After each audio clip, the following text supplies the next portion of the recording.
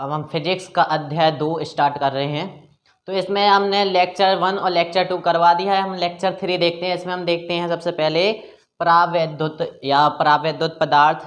उसमें फिर देखेंगे परावैद्युत पदार्थ कितने प्रकार के होते हैं, और फिर उसके बाद देखते हैं धारिता। तो हमें बहुत सारा आज पढ़ना है, तो इसलिए सबसे पहले टाइम वेस्ट ना करते हुए तो आपको सबसे पहले बताते हैं परावैद्युत पदार्थ। परावैद्युत पदार्थ होता क्या है या परावैद्युत पदार्थ किसे कहते हैं, ठीक है। तो परावैद्युत पदार्थ वे पदार्थ होते हैं जिनके मतलब एक प्रकार से कहें जिनमें से विद्युत धारा का क्या नहीं होता, धारा प्रवाहित नहीं होती है। क्या नहीं होती है?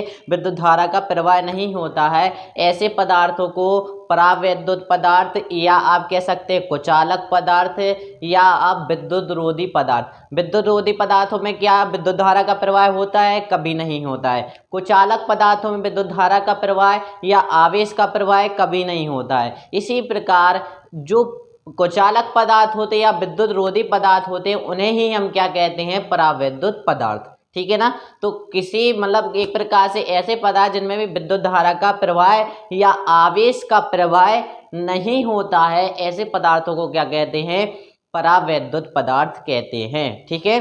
तो परावैद्युत पदार्थ में जैसे आप जानते हैं लकड़ी में आप लकड़ी में खड़े हो और आप इलेक्ट्रिसिटी यदि आप में लकड़ी में छुप रही है, आप में नहीं छुप रही है इलेक्ट्रिसिटी, तो क्या आप में करंट आ जाएगी? नहीं आ सकती।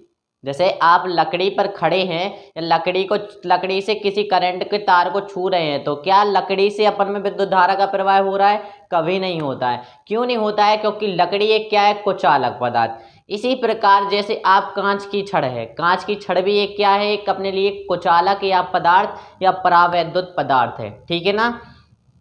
और जैसे आपके पास मोम हुई, एबोनाइट की छड़ हुई, ये सारे के सारे क्या हैं? अपने पास परावैद्युत पदार्थ हैं। क्या है? परावैद्युत पदार्थ हैं। इसमें उदाहरण और क्या क्या लिखा है? कागज। क्या कागज में विद्युत धारा का प्रवाह होता है? नहीं होता है, ठीक है ना। लेकिन एक चीज याद रखना, कोई भी पदार्थ है, ठीक है ना, तो पदार्थ किससे मिलकर बनता है? पदार्थ परमाणुओं से या अणुओं से मिलकर बनता है, ठीक है ना। अणुओं, कणों और आयनों से मिलकर क्या बनता है? कोई पदार्थ की रचना या पदार्थ का निर्माण होता है। लेकिन अणु या अणु किससे मिलकर बनते हैं? परमाणुओं से मिलकर बनते हैं। किन से मिलकर बनते हैं? परमाणुओं से। सबसे छोटी इकाई क्या हो गई? परमाणु। लेकिन परमाणु, ठीक है ना, परमाणु भी 3 प्रकार के पदार्थों से मिलकर बनते हैं। परमाणु की जब संरचना बनती है तो उसमें 3 कणों की भूमिका रहती है। एक तो अपना रहता है इलेक्ट्रॉन, दूसरा रहता है प्रोटॉन और तीसरा रहता है न्यूट्रॉन। यदि नाभिक, परमाणु में क्या पाया जाता है? नाभिक पाया जाता है। नाभिक में क्या पाए जाते हैं? एक धनायन, मतलब एक प्रकार से क्या पाया जाता है? प्रोटॉन और न्यूट्रॉन, 2 चीजें पाई जाती है। क्या हम यहाँ पर कर सकते हैं? हाँ, चलिए आइए हम देखते हैं। मान लीजिए इधर देखते हैं, ठीक है ना। ये मान लीजिए हमारा एक नाभिक है। क्या है? एक नाभिक है। नाभिक में क्या पाए जाते हैं? प्रोटॉन पाया जाता है। पी से हो गया अपना प्रोटॉन, और प्लस में क्या पाया जाता है? साथ में न्यूट्रॉन। न्यूट्रॉन पर कोई भी आवेश नहीं पाया जाता। न्यूट्रॉन कैसा होता है? उदासीन कण, जिस पर 0 आवेश पाया जाता है। लेकिन प्रोटॉन पर हमेशा क्या पाया जाता है? प्लस आवेश हमेशा रहता है। उस पर धनावेश या धनायन का आवेश क्या रहता है? हमेशा ही पाया जाता है, ठीक है ना। तो उस पर प्लस चार्ज हमेशा रहता है प्रोटॉन पर, जिसके कारण वह प्रोटॉन तथा न्यूट्रॉन दोनों से मिल जाएंगे। तो संपूर्ण नाभिक में क्या आ जाएगा? धनायन आ जाएगा। क्या आ जाएगा? धनावेश आ जाएगा या धनायन का प्रवाह हो जाएगा। इसी प्रकार इस नाभिक के चारों, ये क्या है? एक नाभिक के चारों दीर्घवृत्तीय कक्षाएं पाई जाती हैं। क्या पाई जाती हैं? दीर्घवृत्तीय कक्षाएं, ठीक है। तो याद रखना, इस नाभिक के चारों ओर क्या पाई जाती हैं? दीर्घवृत्तीय कक्षाएं। अब आपको डाउट आता होगा कि परमाणु, ये तो परमाणु है, परमाणु में लेकिन इलेक्ट्रॉन, प्रोटॉन, न्यूट्रॉन आते हैं। यहाँ तो हमारे पास प्रोटॉन और न्यूट्रॉन है। अब इलेक्ट्रॉन कहाँ है? इलेक्ट्रॉन इन्हीं दीर्घवृत्तीय कक्षाओं में क्या करते हैं? चक्कर लगाते हैं। मान लीजिए ये हमारा एक क्या है? इलेक्ट्रॉन है। ये हमारा एक क्या है? इलेक्ट्रॉन है। याद रखना, इलेक्ट्रॉन पर माइनस आवेश रहता है और प्रोटॉन पर हमेशा धनावेश पाया जाता है। क्या पाया जाता है? धनावेश, जिसके कारण संपूर्ण नाभिक में क्या हो जाता है, धनावेश, और इलेक्ट्रॉन क्या जो रहता है वो नाभिक की दीर्घवृत्तीय कक्षाओं में घूमता रहता है या दीर्घवृत्तीय कक्षाओं में चक्कर लगाता रहता है, किसके, नाभिक में। अब आपको एक डाउट आता होगा कि नाभिक और इलेक्ट्रॉन कैसे एक दूसरे से जुड़े रहते हैं। जिस प्रकार एक धनायन ऋणायन से जुड़कर एक मजबूत अंतर आणविक आकर्षण के बल के द्वारा जुड़ा रहता है, उसी प्रकार एक प्रोटॉन, और जिसके कारण क्या है, नाभिक पर धनावेश है, यह धनावेश धनायन नाभिक एक इलेक्ट्रॉन से क्या होता है, साझा करके, एक प्रकार से कहें अंतर आणविक आकर्षण बल के कारण ये क्या होते हैं, एक दूसरे से जुड़े रहते हैं, जिसके कारण यह इलेक्ट्रॉन दूसरी कक्षा में प्रवेश कभी नहीं कर पाता है। क्या नहीं कर पाता है, दूसरी कक्षा में बाहर नहीं जा पाता है। यदि आपको इलेक्ट्रॉन को किसी दूसरी कक्षा में पहुंचाना है तो इस इलेक्ट्रॉन को उच्च आवृत्ति का प्रकाश देना जरूरी होता है। जिस प्रकार से किसी पदार्थ को गर्म करते हैं तो उसमें से इलेक्ट्रॉन उत्सर्जित हो जाते हैं, लेकिन वो ठोस पदार्थों में लागू होता है। जिस प्रकार से ठोस में यदि गर्म करते हैं तो उसमें इलेक्ट्रॉन उत्सर्जित हो जाते हैं। ये इलेक्ट्रॉन क्या करते हैं, विद्युत धारा का प्रवाह करते हैं, वो प्रकाश विद्युत प्रवाह कहलाता है। इसी प्रकार यदि नाभिक में यदि हम कहें इलेक्ट्रॉन और प्रोटॉन ये दोनों एक दूसरे से क्या करते हैं, आकर्षण बल लगाते हैं। क्या लगाते हैं, एक एफ फोर्स, जिसे कहते हैं आकर्षण बल। यह आकर्षण बल के द्वारा इलेक्ट्रॉन अपने नाभिक से क्या होता है, एक जुड़ा हुआ रहता है, एक अपनी कक्षा में क्या होता है, घूमता रहता है उसी कक्षा में। ठीक है ना। तो ये क्या है, परमाणु की संरचना। ठीक है, ये क्या है, एक परमाणु की संरचना। इसमें ये नाभिक है, याद रखना, ये क्या है, नाभिक, भूलना नहीं, नाभिक है। ये इलेक्ट्रॉन दीर्घवृत्तीय कक्षा में क्या करते हैं, चक्कर लगाते रहते हैं। ठीक है, तो अब आप लोगों को हमें लग रहा है समझ में आया होगा। तो अगर आप लोगों को वीडियो अच्छी लग रही है तो लाइक जरूर कर दें। ठीक है, चलिए अब देखते हैं हम परावैद्युत। परावैद्युत का पता चल गया है। परावैद्युत पदार्थ जिनमें विद्युत धारा का प्रवाह नहीं होता है, ऐसे पदार्थों को परावैद्युत पदार्थ कहते हैं। ओके, तो परावैद्युत पदार्थ में कैबोनाइट के क्षण, कांच की क्षण, माइका और कागज, तेल, मोम, है ना, आदि इत्यादि बहुत सारे होते हैं, लकड़ी भी, जिसमें विद्युत धारा का प्रवाह नहीं होता है। ऐसे पदार्थों को अपन क्या कहते हैं, परावैद्युत पदार्थ कहते हैं। ठीक है ना, या कुचालक कहते हैं, या विद्युत रोधी पदार्थ कहते हैं। ठीक है, तो फिर इसके बाद आप देखते हैं परावैद्युत पदार्थ कितने प्रकार के होते हैं, दो प्रकार के। एक तो अपना ध्रुवीय परावैद्युत और दूसरा होता है अध्रुवीय परावैद्युत। अब आपसे कहें ध्रुवीय परावैद्युत क्या होता है, जिसमें ऐसे पदार्थ जिनके अणुओं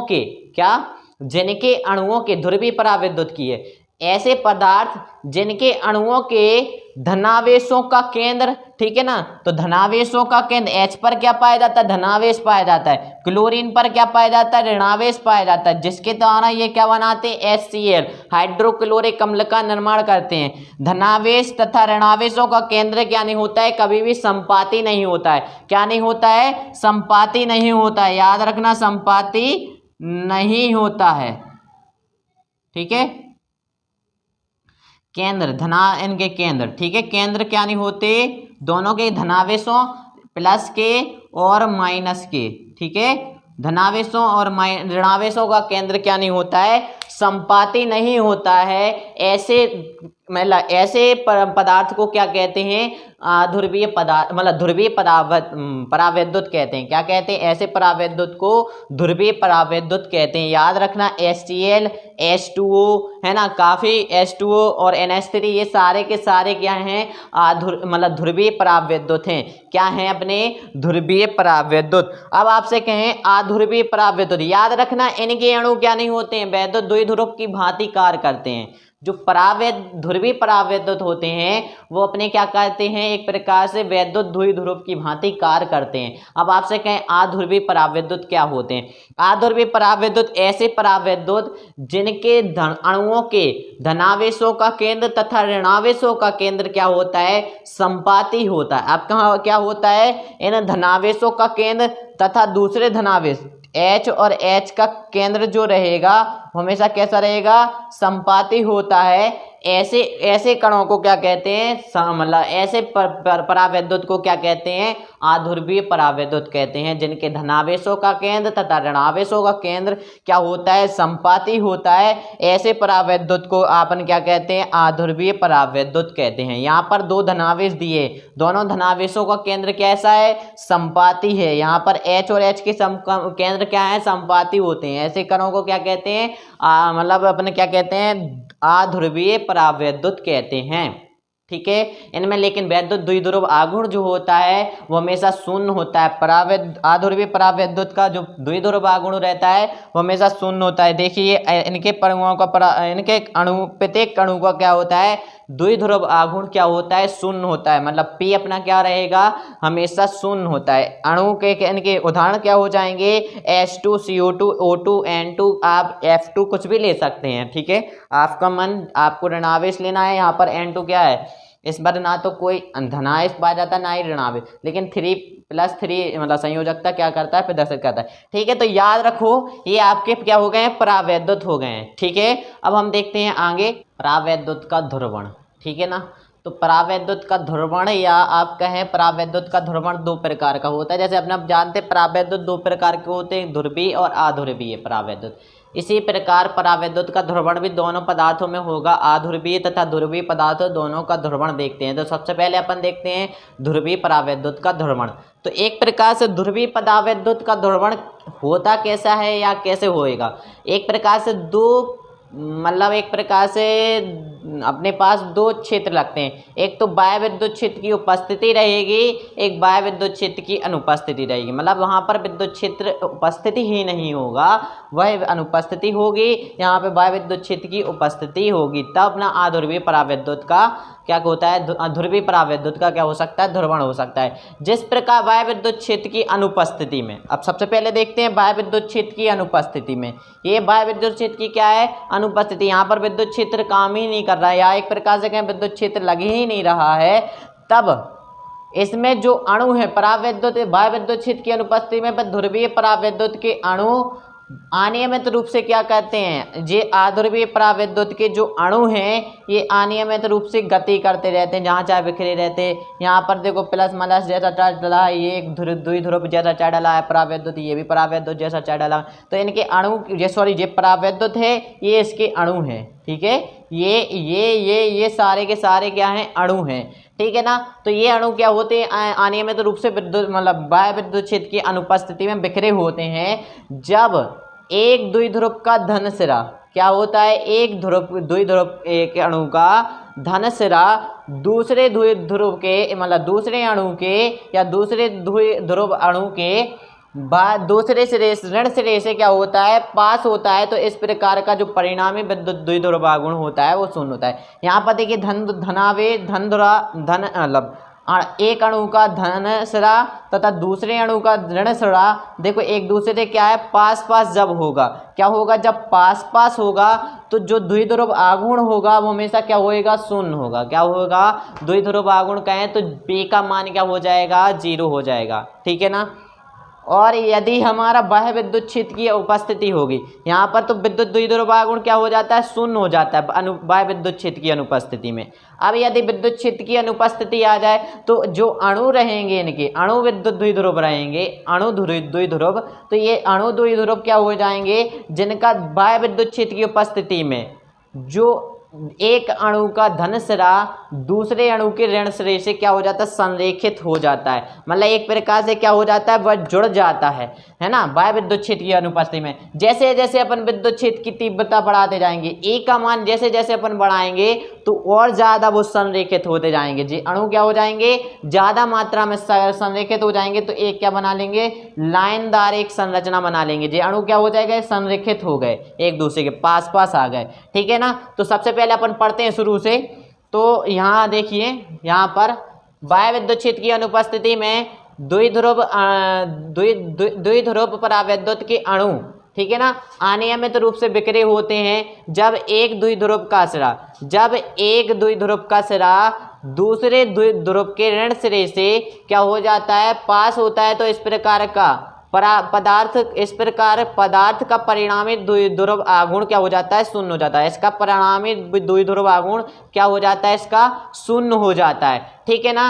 तो जब किसी द्विध्रुव को परावैद्युत के जब द्विध्रुव परावैद्युत को वायुविद्युत क्षेत्र की उपस्थिति में रख दिया जाता है, या एक प्रकार से कहें ये वायुविद्युत क्षेत्र में इस परावैद्युत को रख देते हैं, तब उसके प्रत्येक अणु पर बल आघूर्ण जो लगता है, क्या लगता है, इसके प्रत्येक अणु पर बल आघूर्ण लगेगा। विद्युत क्षेत्र के द्वारा क्या लगता है, बल आघूर्ण लगता है।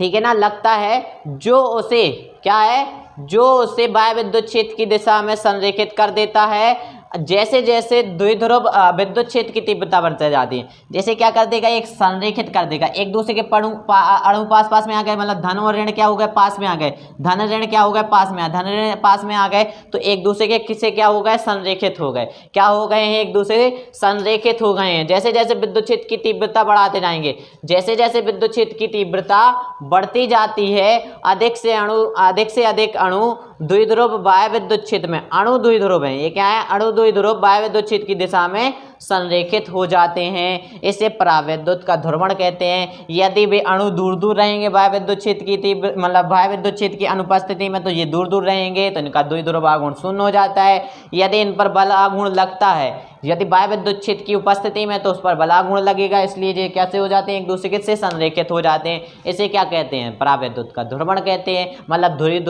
ध्रुवीय परावैद्युत का ध्रुवण कहते हैं।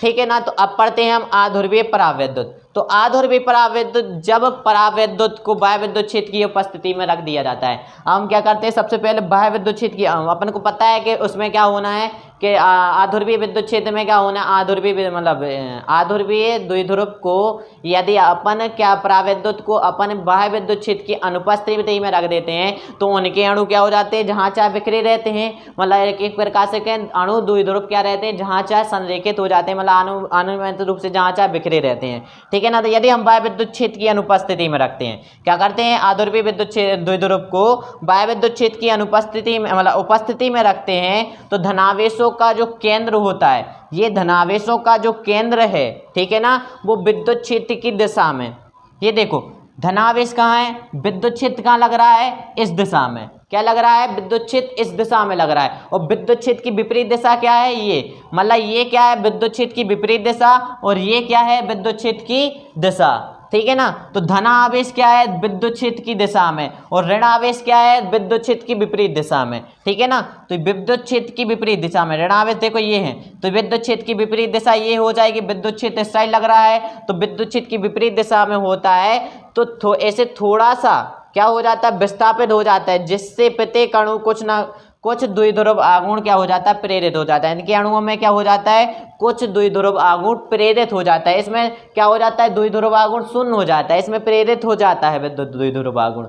ठीक है ना। यदि प्रेरित विद्युत द्विध्रुव आघूर्ण प्रेरित हो जाता है, मतलब एक प्रकार से क्या उत्पन्न हो जाता है, इसे ही क्या कहते हैं, अध्रुवीय परावैद्युत का ध्रुवण कहते हैं। वायुविद्युत क्षेत्र की अनुपस्थिति है, ये वायुविद्युत क्षेत्र की उपस्थिति में। तो ये देखो अणु क्या है, अलग अलग है, संरेखित रहेंगे, है ना, मतलब एक प्रकार से क्या दूर दूर व्यवस्थित हैं। इनमें कोई भी ना तो धनावेश है, ना तो ऋणावेश है, ना तो इनमें कोई चार्ज पाया जाएगा, ना तो ये एक दूसरे के पास आ पाएंगे। लेकिन इनमें धनावेश ऋणावेश एक दूसरे से जुड़े हैं। तो धनावेशों का केंद्र क्या है, विद्युत क्षेत्र की दिशा में, ऋणावेशों का केंद्र क्या है, विद्युत क्षेत्र की विपरीत दिशा में। ये अध्रुवीय परावैद्युत, इसमें द्विध्रुव आघूर्ण क्या हो जाता है, प्रेरित हो जाता है। इसमें द्विध्रुव आघूर्ण क्या हो जाता है, शून्य हो जाता है। इसे ही क्या कहते हैं, द्विध्रुव आघूर्ण का, द्विध्रुवीय परावैद्युत का ध्रुवण कहते हैं। इसे क्या कहते हैं, अध्रुवीय परावैद्युत का ध्रुवण कहते हैं। आई होप आप लोग स्क्रीनशॉट लेना चाहें तो जल्दी से ले लीजिए।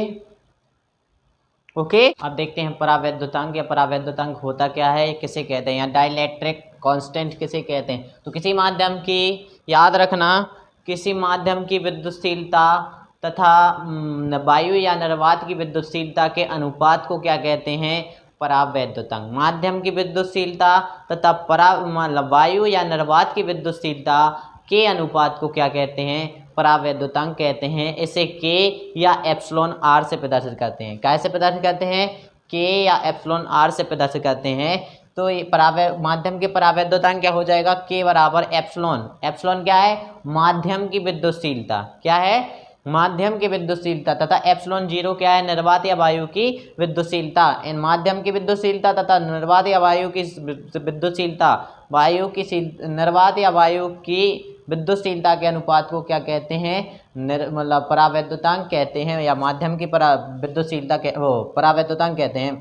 दूसरी परिभाषा क्या हो जाएगी, वायु या निर्वात में क्या है, क्या है, वायु या निर्वात में विद्युत क्षेत्र की तीव्रता, ये क्या है, विद्युत क्षेत्र की तीव्रता तथा माध्यम की उपस्थिति में विद्युत क्षेत्र की तीव्रता के अनुपात को क्या कहते हैं, परावैद्युतांक के कहते हैं। ठीक है, तो माध्यम, वायु में विद्युत क्षेत्र की तीव्रता तथा माध्यम में विद्युत क्षेत्र की तीव्रता के अनुपात को परावैद्युतांक कहते हैं। अब तीसरी परिभाषा क्या हो जाएगी, माध्यम की उपस्थिति में संधारित्र की धारिता, माध्यम की उपस्थिति में संधारित्र की धारिता तथा वायु की उपस्थिति में संधारित्र की धारिता के अनुपात को परावैद्युतांक के कहते हैं। कुछ परावैद्युतांक ये दिए हैं, कुछ पदार्थ, एम्बर का क्या होता है 2.8, एबोनाइट का क्या होता है 2.8, कांच का कितना होता है 5.1, अभ्रक का होता है 5.9, मोम का क्या होता है 2.5, 15 मतलब 1.5, जल का क्या होता है 81.0 और मिट्टी का तेल का क्या होता है 2.0, 1.0 क्या होता है वायु का। तो ये कुछ परावैद्युतांक हैं, स्क्रीनशॉट लेना चाहें तो ले लीजिए। चलिए, ले लिया है। तो आई होप आप लोगों को वीडियो समझ में आई होगी। अगर आप लोगों को वीडियो अच्छी लगती है तो लाइक कीजिए और ज़्यादा से ज़्यादा सब्सक्राइब करना ना भूलें और शेयर करना ना भूलें। ठीक है, मन लगा के पढ़ते रहिए दोस्तों, और अपने देश के लिए, अपने गांव के लिए, अपने परिवार के लिए नाम रोशन करते रहिए, और मन लगाकर अपने उज्जवल भविष्य प्राप्त करने के लिए प्रयास करते रहिए, और देश के लिए और अपने गांव के लिए, अपने स्टेट के लिए मन लगाकर अपने पथ पर, अपने कार्य पर ध्यान देते रहिए। और मेरा यही उद्देश्य है कि अपने वीडियो, अपने मैथ और फिजिक्स के माध्यम से आप लोगों को पूरा का पूरा सिलेबस कंप्लीट करवा सकूं, और आप लोग अच्छे से अच्छी तैयारी कर सकें और बेस्ट से बेस्ट अंक प्राप्त कर सकें। ठीक है, तो मिलते हैं अगली वीडियो में। जय हिंद दोस्तों।